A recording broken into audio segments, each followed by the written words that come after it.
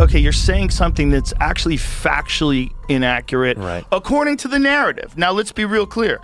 I don't necessarily think they know what's going on yet. There's a lot of weird going on with Whirly. I almost texted you when the Charlie Kirk thing happened because my antennas went up about, they showed the photo of that kid, or the guy that they have, the 22-year-old, Yeah. whatever. And I was almost going to be like, dude. This kid had a rifle with a scope. Now, here's where it gets weird. The first images of this rifle with a scope, I swear to God, it looks like he has a composite stock on it. Like, it looks like a modern 30-06 rifle. No one expected Joe Rogan to go this far. In the weeks since Charlie Kirk's shocking assassination sent shockwaves through American politics, the internet has been drowning in rumors, theories, and wild accusations. But nothing, absolutely nothing, prepared fans for Rogan's latest claim.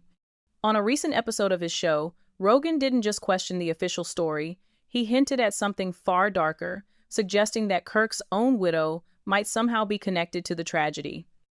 It's a statement that's left millions stunned, outraged, and desperate for answers. How did a man as influential as Rogan arrive at such a bombshell accusation? What exactly did he mean?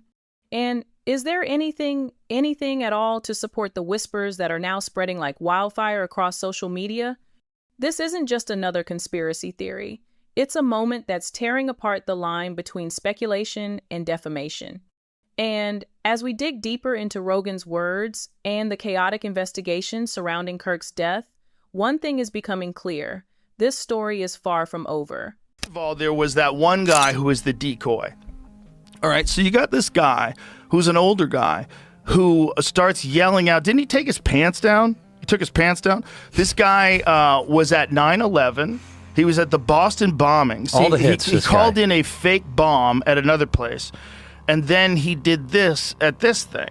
Right after, so somehow or another, this guy has the state of mind that the moment someone gets shot, he yells out and says, I did it, and takes his pants down or something like that. I don't know exactly what he did. Then, ready for this? He gets arrested for child porn right away. Right after this happened? Oh, right away. He's in jail for child porn. Why is that? Well, now you can't. Before diving into Rogan's explosive comments, we need to understand the chilling reality of what actually happened. On the 10th of September 2025, conservative activist and Turning Point USA founder Charlie Kirk was delivering a speech at Utah Valley University, a routine campus appearance meant to fire up young voters ahead of the 2026 midterms. But in a matter of seconds, that event turned into a nightmare. Shots rang out from the upper balcony of the auditorium, sending the crowd into chaos and Kirk collapsing to the floor. He was rushed to a local hospital but pronounced dead less than an hour later.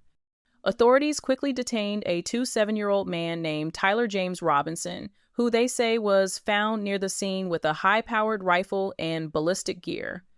Prosecutors wasted no time charging Robinson with aggravated murder, domestic terrorism, and multiple federal weapons violations. According to investigators, the suspect had a history of online threats against political figures and had traveled across state lines with a plan to target Kirk specifically. Yet, despite the seemingly straightforward narrative, questions linger. Witnesses reported hearing multiple gunshots from different angles, surveillance footage remains unreleased, and the FBI has refused to comment on key parts of the case. And it's precisely in those gaps, those unanswered questions, that speculation has begun to thrive. Joe Rogan has never been one to shy away from controversy, but this time, he's ignited a firestorm like never before. In a recent episode of The Joe Rogan Experience, the world's most influential podcaster began dissecting the Kirk assassination case piece by piece, and what started as casual skepticism quickly spiraled into something much more explosive. Rogan questioned how a lone gunman could bypass multiple layers of campus security with a military-grade weapon without being noticed. He pointed out odd inconsistencies in the official timeline, such as conflicting witness accounts and unexplained delays in emergency response. But then came the bombshell. Rogan hinted that someone close to Kirk may have known more than they were letting on, even suggesting that investigators should look inward at the people closest to the victim. He didn't name names directly, but fans immediately connected the dots, flooding social media with speculation that Kirk's widow, Erika, could somehow be tied to the chaos. Rogan's words were careful yet deliberate, towing the line between opinion and accusation.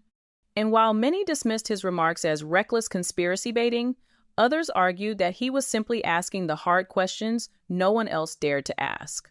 Whatever the truth, Rogan's comments have poured gasoline on an already raging inferno, and they've put Erika Kirk squarely under a microscope she never asked for. Almost overnight, Erika Kirk went from grieving widow to the unwilling center of a wildfire she never saw coming. As Rogan's words echoed across millions of devices, social media erupted with speculation that put her squarely in the crosshairs. Hashtags linking her name to the assassination trended on X, Reddit threads exploded with theories, and self-proclaimed internet investigators began combing through every public trace of her life, from charity records and business filings to speeches and podcast appearances. Some claimed there were inconsistencies in her public statements about the hours leading up to Charlie's death. Others pointed to her swift move into a leadership role at Turning Point USA as suspicious timing. A few even speculated without evidence that tensions in the marriage or differences over the organization's future could have played a role. Of course, none of these claims have been substantiated, and most come from anonymous sources or online rumor mills. Erika herself has not directly addressed the accusations, choosing instead to focus on honoring her husband's legacy and calling for unity in a deeply divided moment. Still, the damage is done, and in the court of public opinion, perception often matters more than proof. What began as vague hints from Rogan has snowballed into a full-blown narrative that shows no signs of slowing down. And the question now is whether any of these whispers hold even a shred of truth, or if Erika Kirk is simply the latest victim of a rumor machine spiraling out of control. To understand why Rogan's comments hit so hard, you have to know who Erika Kirk really is. Born Erika Lane Francefay, she was already a rising star in conservative circles long before meeting Charlie. A former Miss Arizona USA and outspoken Christian activist, she built her reputation as a podcast host, faith-based entrepreneur, and political commentator focused on family values and youth engagement. When she married Charlie Kirk in 2021, the two quickly became one of the most visible power couples on the American right, leading rallies, hosting events, and pushing Turning Point USA into new territory. After Charlie's death, Erika stepped into an even more prominent role, taking over as chair and CEO of the organization, a move that some see as a natural continuation of their shared mission, while others now cite it as a reason for suspicion. At the memorial service, Erika delivered a deeply emotional speech calling for forgiveness and urging supporters to stay focused on the values Charlie lived and died for. She has remained largely silent about the swirling conspiracy theories, refusing interviews and keeping public appearances limited. To her supporters, she's a symbol of strength and resilience in unimaginable grief. To her critics, that silence is unsettling. But either way, Erika Kirk is no anonymous figure on the sidelines. She's now at the heart of a narrative that could shape the future of one of America's most influential political movements. For many people, the official story of Charlie Kirk's assassination leaves too many unanswered questions, and it's in those gaps that the most explosive theories are taking root. Eyewitnesses reported hearing multiple shots from different directions, yet only one rifle was ever recovered. Surveillance footage from inside the venue has never been released to the public, despite repeated demands from both journalists and Kirk's supporters. Even the timeline raises eyebrows. Reports suggest there was a significant delay between the first emergency calls and the arrival of law enforcement, a delay some believe gave the real perpetrators time to escape. Critics also question how a lone gunman managed to bypass campus security carrying a weapon of that size without triggering alarms. Then there's the matter of motive. Investigators claim Robinson acted alone, out of political hatred, but online sleuths argue that motive feels too thin for such a meticulously planned attack. It's in this swirl of contradictions that Rogan's insinuations about someone closer gain traction. If the shooter wasn't acting alone, could there have been help from inside? Could key details have been covered up to protect powerful interests? None of these claims are proven, and law enforcement continues to insist the investigation is airtight, but for a growing number of Americans, the puzzle pieces simply don't fit together. And until they do, suspicion will keep filling the void. This isn't just about one man's tragic death or one podcaster's reckless speculation. It's about something much larger.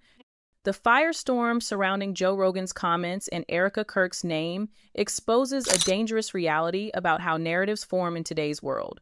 In an era where social media moves faster than law enforcement and opinion often outruns evidence, a single suggestion, even without proof, can reshape public perception overnight. For millions, Rogan isn't just a comedian or commentator, he's a trusted voice, and when he hints at hidden players, people listen. That influence means even the most unverified claims can gain legitimacy simply because he said them. And once a rumor reaches that level of visibility, it's almost impossible to put back in the box. Meanwhile, the Kirk assassination has already deepened political divisions in America, with each side weaponizing the tragedy to reinforce its own beliefs. To Rogan supporters, questioning the official story is a patriotic duty. To critics, it's reckless speculation that risks destroying innocent lives. And caught in the middle is Erika Kirk, a woman mourning her husband while being dragged into a narrative she may have nothing to do with. The bigger question is what this says about our society. Have we become so addicted to scandal and conspiracy that we're willing to destroy reputations on whispers alone? Because if that's the case, the consequences go far beyond this one story. The assassination of Charlie Kirk shook the nation, but what's followed may be even more unsettling.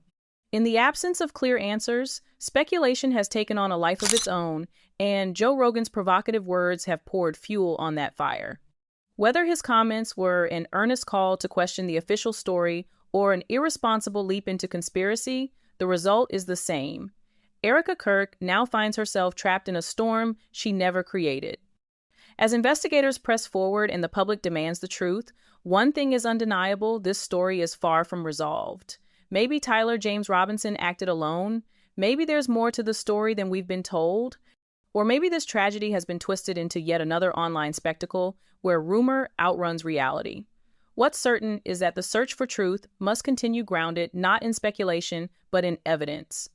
Because until the full story comes to light, questions will linger, narratives will collide, and lives will hang in the balance. And as the world watches, one haunting question refuses to go away. Was this truly the act of a lone madman, or the surface of something far darker than anyone dares to admit?